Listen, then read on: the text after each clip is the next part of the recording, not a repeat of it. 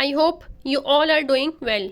The topic of our today's lecture is Generalized Anxiety Disorder 7 Item Scale, GAD 7 Scale. Last video में हमने Hamilton depression rating scale को discuss किया था. आज हम generalized anxiety disorder 7 item scale को discuss करेंगे. उसकी डेवलपमेंट के बारे में, पर्पस क्या होता है, एडमिनिस्ट्रेशन कैसे की जाती है, स्कोरिंग कैसे होती है और इसको हम इंटरप्रीट कैसे करते हैं. तो सबसे पहले डेवलपमेंट पे बात करते हैं. सो GAD 7 आइटम स्केल जो है वो स्पिट्ज़र और उनके कोलीग्स ने 2006 में डेवलप किया था. इसका पर्पस और यूज़ क्या होता है. सो GAD 7 आइटम स्केल एंजाइटी की स्क्रीनिंग के लिए और एंजाइटी को असेस करने के लिए, उसकी सीवियरिटी को असेस करने के लिए यूज़ किया जाता है. एज अ डायग्नोस्टिक टूल हम GAD 7 आइटम स्केल को यूज़ करते हैं. पर्पस के बाद बारी आती है एडमिनिस्ट्रेशन और इम्प्लीमेंटेशन कैसे होती है GAD 7 आइटम स्केल की. सो GAD 7 आइटम स्केल जो है वो एक सेल्फ रिपोर्ट क्वेश्चनायर है जिसमें टोटल 7 आइटम्स होते हैं. ये एक सबसे छोटा स्केल है. इसको कंप्लीट करने के लिए मैक्सिमम 5 मिनट्स रिक्वायर होते हैं. इसमें हम इंस्ट्रक्शंस ये देते हैं अपने क्लाइंट को कि you have to carefully read the symptoms and report them that you feel over last 2 weeks. गुज़रे हुए 2 हफ्तों में आपने जो सिम्टम्स अपने अंदर महसूस की हैं उनको रिपोर्ट करना है आपने. ये generalized anxiety disorder 7 item scale है. इसमें लिखा हुआ है over the last 2 weeks how often have you been bothered by the following problems. नीचे 7 सिम्टम्स दी गई हैं, 7 प्रॉब्लम्स जिन्होंने आपको लास्ट 2 वीक्स में परेशान किया हो तो वो आपने रीड करनी है और उसके आगे उसके स्कोर्स दिए गए हैं और आपने अपनी कंडीशन के अकॉर्डिंग उनको रिपोर्ट करना है. सबसे पहला सिम्टम है फीलिंग नर्वस, एंशियस और एन एज. इसके लिए रिस्पॉन्सेज गिवन है नॉट एट ऑल श्योर, उसके लिए 0 है, यानी कि कभी भी लास्ट 2 वीक्स में मैंने कभी भी नर्वस, एंशियस फील नहीं किया. सेवरल डेज, 2 हफ्तों में कुछ दिन जो है ऐसी फीलिंग्स रही हैं मेरी. ओवर हाफ द डेज, यानी कि 2 हफ्तों में से तकरीबन 1 हफ्ता जो है मेरी फीलिंग्स नर्वस, एंशियस थी. नियरली एवरी डे, यानी कि 2 हफ्तों में हर रोज़ जो है मैं नर्वस रहा, एंशियस रहा और एन एज. सेकेंड सिम्टम है not being able to stop और कंट्रोल वरिंग. ये जनरलाइज्ड एंजाइटी डिसऑर्डर के ही सिम्टम्स हैं जो कि यहाँ दिए गए हैं. तो हमने लास्ट 2 वीक्स में आपके क्लाइंट ने उनकी जो फीलिंग्स रहीं या उनमें जो सिम्टम्स प्रेजेंट थे उसकी सीवियरिटी या उनकी कंडीशन जो है वो कौन से स्कोर पे फॉल कर रही है तो उसके अकॉर्डिंग वो स्कोर करते हैं, रिस्पॉन्ड करते हैं. सो सेकंड सिम्टम में क्या है कि आपके जो क्लाइंट हैं, क्या आपको पिछले 2 हफ्तों में कोई परेशानी अगर होती हो तो आपको कंट्रोल ना होता हो खुद पे, आपको समझ नहीं आ रहा कि मैं इस परेशानी को कैसे ख़त्म किया जाए या कैसे जो है इसको सॉल्व किया जा सकता है.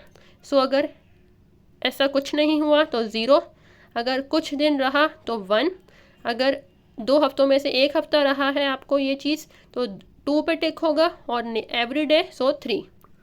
थर्ड सिम्टम है worrying too much about different things. मुख्तलिफ़ चीज़ों के बारे में परेशान रहते थे आप. सो इसकी भी हम 0, 1, 2, 3 में से किसी भी एक के ऊपर रिस्पॉन्ड करवाएंगे क्लाइंट से.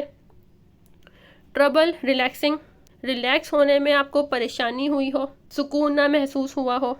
सो 0, 1, 2, 3 वो अपने अकॉर्डिंग टिक करेंगे. फिफ्थ सिम्टम है being so restless that it's hard to sit still, यानी कि आप 2 हफ्तों में बहुत ज़्यादा बेचैन रहे हों, आप जो है वो सुकून से ना बैठे हों. सो 0, 1, 2 या 3. बिकमिंग ईजीली एनॉयड और इरिटेबल, छोटी छोटी बातों पे चिढ़ जाते हों. 7th है feeling afraid as if something awful might happen, आपको कोई डर की फीलिंग या खौफ महसूस हुआ हो कि कुछ बुरा होने वाला है लास्ट 2 वीक्स में. सो हम नॉट एट ऑल कर देंगे जब ऐसी कोई फीलिंग नहीं होगी तो 0, कुछ दिन रही है तो 1, अगर एक हफ्ता रही है तो 2, अगर एवरीडे रही है तो 3 पे स्कोर किया जाएगा। इसके बाद जो है बारी आती है स्कोरिंग की। सो स्कोरिंग हम करते हैं add the score of all 7 items and interpret the final score. वापस हम उसी क्वेश्चनर पे चलते हैं तो आपको अच्छे से क्लियर होगा कि कैसे स्कोरिंग होगी। सो यहाँ पर जो रिस्पॉन्सेज हैं, जो स्कोर्स दिए गए हैं, जो स्केल के ऊपर स्कोर्स हैं, वो 4 कॉलम्स में डिवाइड है। ठीक है, नीचे लिखा हुआ है add the score for each column. आपने ईच कॉलम के स्कोर को पहले ऐड करना है, यानी कि जो नॉट एट ऑल श्योर, जिस आइटम पे आपके क्लाइंट ने 0 मार्क किया है, तो आप उन 0 को ऐड करके नीचे लिख दोगे। सो 0 ही आंसर आएगा।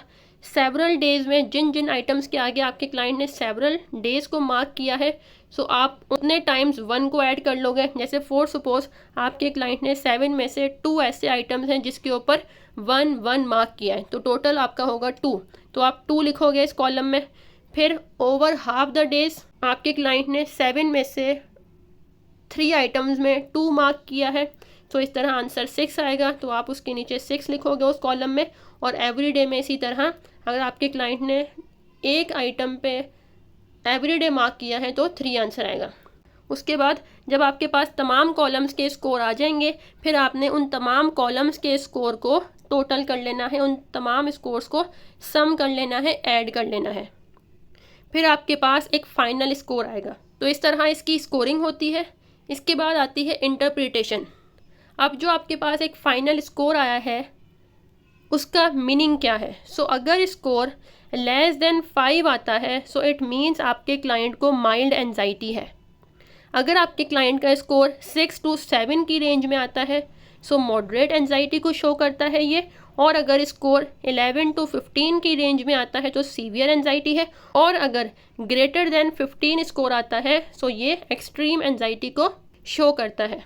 सो this was all about the generalized anxiety disorder 7 item scale, which we also called GAD-7 scale. If you have any question, you can ask me in the comment section. Thank you so much and Allah Hafiz.